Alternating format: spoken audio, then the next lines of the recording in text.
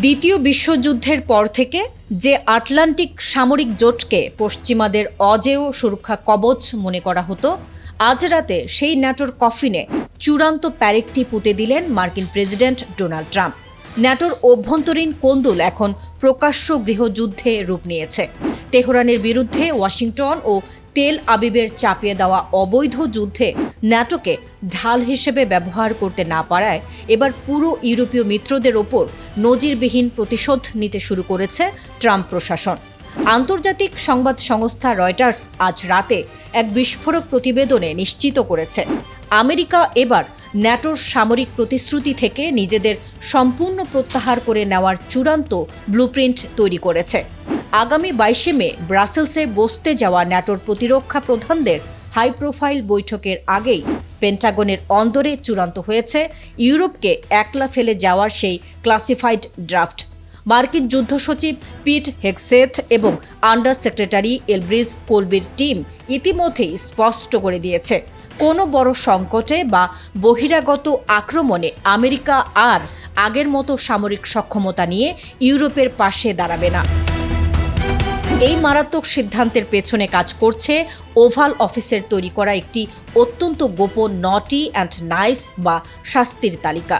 যেসব ইউরোপীয় দেশ ইরানের বিরুদ্ধে আমেরিকার যুদ্ধে সরাসরি সেনা বা অস্ত্র পাঠাতে অস্বীকৃতি জানিয়েছে, ট্রাম্প প্রশাসন বেছে বেছে তাদের সামরিক সাহায্য কাটা শুরু করেছে। এর প্রথম ধাক্কা হিসেবে পোল্যান্ডে 4000 মার্কিন সেনার রোটেশন বাতিল করা হয়েছে এবং জার্মানি থেকে এক ধাক্কায় প্রত্যাহার করে নেওয়া হয়েছে 5000 মার্কিন কমান্ডো। এমনকি জার্মানির মাটিতে বসানো রাশিয়ার দিকে তাক করা দূরপাল্লার মিসাইল ব্যাটালিয়নও সরিয়ে নিচ্ছে পেন্টাগন। সবচেয়ে বড় সাসপেন্স এবং মনস্তাত্ত্বিক আতঙ্ক তৈরি হয়েছে ব্রাসেলসের ন্যাটোর হেডকোয়ার্টারে। ইউরোপের শীর্ষ সামরিক কর্মকর্তারা এখন প্রকাশ্যে বলতে শুরু করেছেন যে ট্রাম্প প্রশাসন নিজের স্বার্থে পুরো ইউরোপকে ধ্বংসের মুখে ঠেলে দিচ্ছে। এতদিন ধরে রাশিয়ার আগ্রাসনের ভয় দেখিয়ে ইউরোপের দেশগুলোর সামরিক বাজেট শতগুণ বাড়ানো হলেও আজ বিপদের দিনে আমেরিকা তাদের মাঝ রাস্তায় ফেলে পালাচ্ছে। ন্যাটোর অন্য সদস্যরা সাফ জানিয়ে দিয়েছে, তারা ট্রাম্পের ব্যক্তিগত ছায়াযুদ্ধের বলির পাঠা হতে আর রাজি নয় এবং ওয়াশিংটনের সাথে তাদের ঐতিহাসিক ঐক্যের এখানেই ইতি ঘটতে চলেছে। এই চরম গৃহযুদ্ধের মাঝেই এলব্রিজ কোলবির টিম ইউরোপের দেশগুলোকে হুঙ্কার দিয়ে রেখেছে, আমেরিকা পরমাণু ছাতা গুটিয়ে নিলেও ইউরোপের কোনো দেশ নিজেরা স্বাধীনভাবে পরমাণু অস্ত্র তৈরি করতে পারবে না। অর্থাৎ ইউরোপকে একদিকে যেমন অরক্ষিত করে দেওয়া হচ্ছে, অন্যদিকে তাদের হাত পাও বেঁধে রাখছে হোয়াইট হাউস।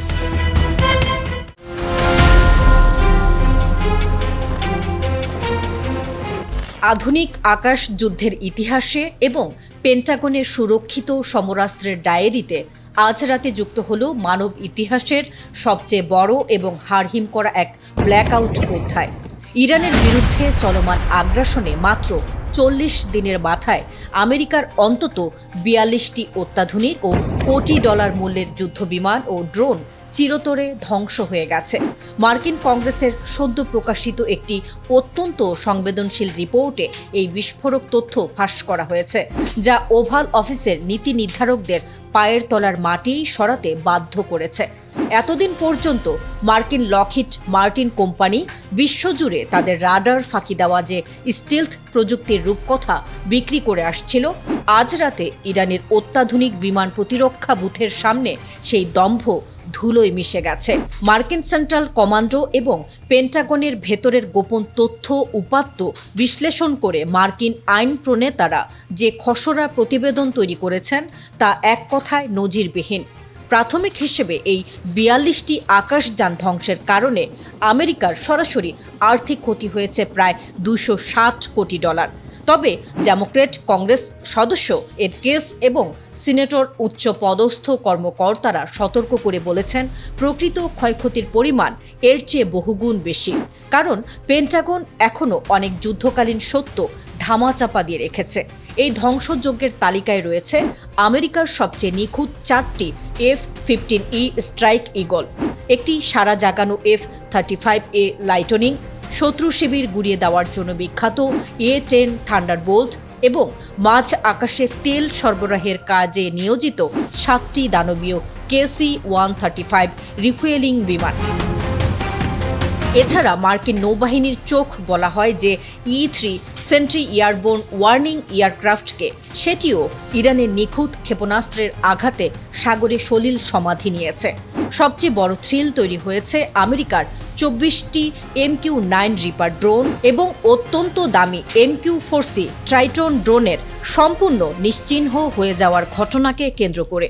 পেন্টাগনের প্রধান আর্থিক কর্মকর্তা জুলস হাস্ট আন্তর্জাতিক গণমাধ্যমের সামনে এই ক্ষয়ক্ষতির পরিমাণ প্রকাশ্যে স্বীকার করতে সরাসরি অস্বীকৃতি জানিয়েছেন। কিন্তু defence outlet the war zone নিশ্চিত করেছে যে 40 দিনের এই লড়াইয়ে মার্কিন বিমান বাহিনী প্রায় 13,000 বার যুদ্ধকালীন ফ্লাইট পরিচালনা করেছিল, যার একটি বড় অংশ তেহরানের আধুনিক এয়ার ডিফেন্স ইউনিটের ফাঁদে পড়ে ধ্বংস হয়েছে।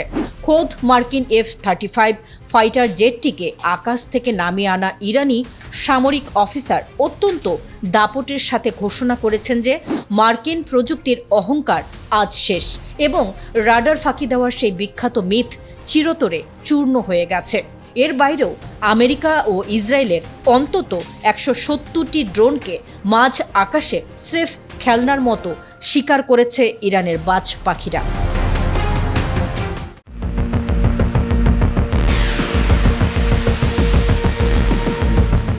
বিশ্ব সমরাস্ত্রের ইতিহাসে এবং আধুনিক ছায়াযুদ্ধের ময়দানে এর চেয়ে বড় এবং হাড়হিম করা কোনো সামরিক ব্ল্যাকআউট এর আগে কখনো ঘটেনি। আমেরিকার পুরো নৌবহরকে সাগরের বুকে জ্যান্ত কবর দিতে ইরানের হাতে নিজেদের সবচেয়ে আধুনিক ও সংবেদনশীল মারণাস্ত্র তুলে দিয়েছে রাশিয়া। মার্কিন প্রেসিডেন্ট ডোনাল্ড ট্রাম্প ফক্স নিউজের লাইভ ক্যামেরায় এসে মস্কোর এই সাহায্যকে সামান্য বলে উড়িয়ে দেওয়ার চেষ্টা করলেও পেন্টাগনের ভেতরের স্যাটেলাইট বাংকারগুলো এখন তীব্র আতঙ্কে কাঁপছে। তেহরানের আকাশ সুরক্ষা এবং দূরপাল্লার ব্যালিস্টিক ক্ষেপণাস্ত্রের নিখুঁত নিশানায় রাশিয়া আজ ইরানকে এমন এক অদৃশ্য শক্তি উপহার দিয়েছে যা 1 সেকেন্ডের নোটিশে মার্কিন বিমানবাহী রণতরী আব্রাহাম লিঙ্কনকে সাগরের তলদেশে পাঠিয়ে দিতে পারে। রাশিয়ার এই মহাধ্বংসী সামরিক সহায়তার মূল স্তম্ভটি লুকিয়ে আছে মহাকাশের এক গোপন কক্ষপথে। আল জাজিরার এক চাঞ্চল্যকর প্রতিবেদনে প্রকাশ পেয়েছে যে রাশিয়া তাদের একমাত্র সম্পূর্ণ সচল এবং অতি আধুনিক স্পাই স্যাটেলাইট নেটওয়ার্ক লিয়ানার লাইভ ডেটা ফিড সরাসরি তেহরানের কমব্যাট কন্ট্রোল রুমে ট্রান্সফার করছে। এই লিয়ানা সিস্টেমটি তৈরি করা হয়েছিল সাগরের বুকে মার্কিন ক্যারিয়ার স্ট্রাইক গ্রুপ বা রণতরীগুলোকে নিখুঁতভাবে ট্র্যাক করে ধ্বংস করার জন্য। শুধু তাই নয়, 2022 সালে রাশিয়ার কসমোড্রোম থেকে উৎক্ষেপণ করা ইরানের নিজস্ব খোয়াম স্যাটেলাইটের 1 মিটার রেজলিউশনের অপটিক্যাল ডাটাও এখন প্রসেস করে দিচ্ছে রুশ বিজ্ঞানীরা। এই মহাজাগতিক শক্তির ওপর ভর করেই গত বুধবার ইরান দাবি করেছে তারা একাধিক ক্রুজ ও ব্যালিস্টিক মিসাইল দিয়ে আমেরিকার আব্রাহাম লিঙ্কন রণতরীতে সরাসরি আঘাত হেনেছে। যদিও পেন্টাগন একে খাঁটি গল্প বলে ধামাচাপা দেওয়ার চেষ্টা করছে, কিন্তু ভারত মহাসাগরে মার্কিন ডেস্ট্রয়ারে লাগা রহস্যময় আগুনের লেলিহান শিখা আজ ভিন্ন এক সত্যের সাক্ষ্য দিচ্ছে। সবচেয়ে বড় সাসপেন্স এবং পশ্চিমা বিশ্বের জন্য ভয়ের কারণ হয়ে দাঁড়িয়েছে ইরানের শাহেদ আত্মঘাতী ড্রোনের ভেতরে পাওয়া রাশিয়ার এক অতি গোপন সমরাস্ত্র উপাদান।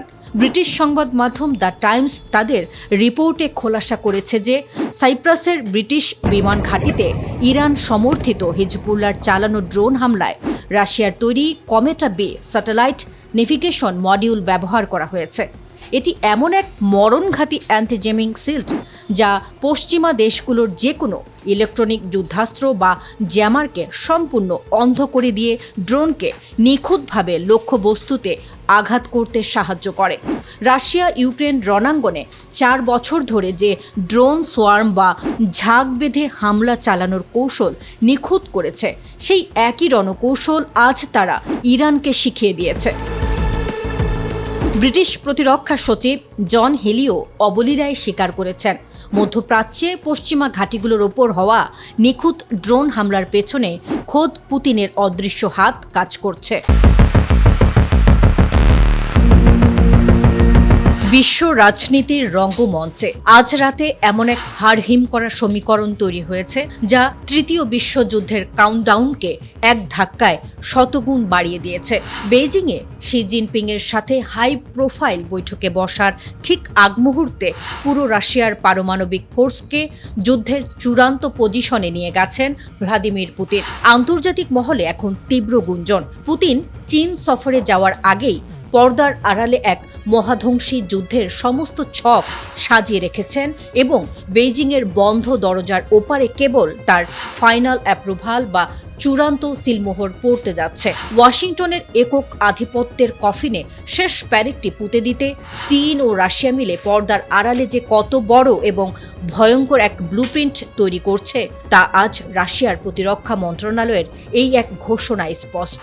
বেইজিংয়ের রেড কার্পেটে পা রাখার আগেই ৬৪,০০০ আণবিক ফৌজ নিয়ে ন্যাটোর সীমানায় কাঁপন ধরিয়ে দিলেন রুশ প্রেসিডেন্ট। রাশিয়ার প্রতিরক্ষা মন্ত্রণালয়ের অফিসিয়াল ডেসপাচ থেকে আসা ডেটা অনুযায়ী ১৯ থেকে ২১ মে পর্যন্ত রাশিয়ার মূল ভূখণ্ড এবং বেলারুশ সীমান্তে একযোগে শুরু হয়েছে পরমাণু মারণাস্ত্র ব্যবহারের এই রোমহর্ষক মহড়া। কোনো সম্ভাব্য শত্রুর আগ্রাসন ১ সেকেন্ডে গুড়িয়ে দিতে এই অপারেশনে সক্রিয় করা হয়েছে ৬৪,০০০-এরও বেশি এলিট পারমাণবিক সেনা এবং ৭,৮০০-র বেশি অত্যাধুনিক বিশেষ যুদ্ধ সরঞ্জাম। ক্রেমলিনের নির্দেশে মাটির আন্ডারগ্রাউন্ড বাংকার থেকে বের করে পজিশনে আনা হয়েছে ২০০টিরও বেশি দূরপাল্লার মিসাইল লঞ্চার। একই সাথে আরবের মরুভূমি থেকে শুরু করে ইউরোপের আকাশ সীমা কাঁপাতে ডানা মেলেছে ১৪০টি স্ট্র্যাটেজিক ফাইটার জেট ও বোমারু বিমান। ন্যাটোর নৌবহরকে চিরতরে সাগরে ডুবিয়ে দিতে প্রশান্ত মহাসাগর আর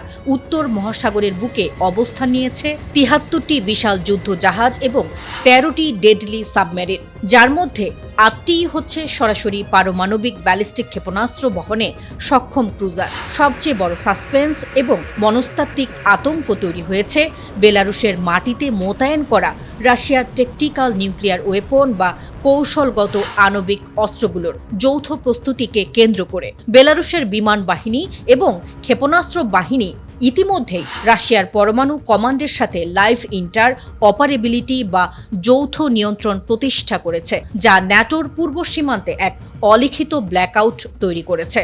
প্রতিরক্ষা বিশেষজ্ঞদের মতে পুতিন বেইজিংয়ে যাওয়ার ঠিক আগ মুহূর্তে এই বিধ্বংসী শক্তির প্রদর্শন করে ওয়াশিংটন ও পেন্টাগনকে স্পষ্ট বার্তা দিয়ে রাখলেন যে রাশিয়া যে কোনো পরিস্থিতির জন্য তৈরি। এখন বেইজিংয়ের গ্রেট হলে শি জিনপিংয়ের সাথে মুখোমুখি বসে পুতিন শুধু সেই ফাইনাল এগ্রিমেন্টে স্বাক্ষর করবেন, যা কার্যকর হলে আমেরিকার গ্লোবাল ডিফেন্স সিল্ড তাসের ঘরের মতো ভেঙে পড়বে। চীন ও রাশিয়ার এই যৌথ কমব্যাট ডক্ট্রিন প্রমাণ করছে যে বিশ্বজুড়ে মার্কিন নিষেধাজ্ঞার দিন এবার ফুরিয়ে এসেছে।